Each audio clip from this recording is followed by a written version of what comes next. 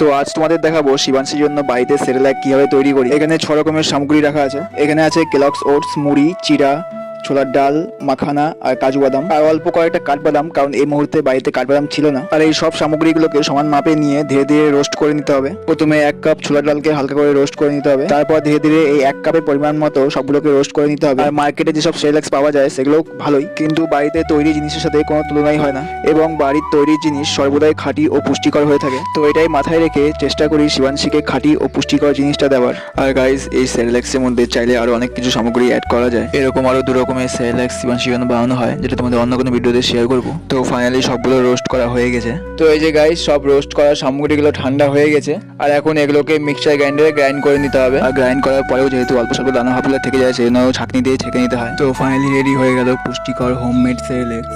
তো গাইস, ভিডিওটা তোমাদের কেমন লাগলো? ভালো লাগলে নিচে লাইক করো, চ্যানেলকে সাবস্ক্রাইব করো। দেখা হচ্ছে পরের ভিডিওতে। Bye bye.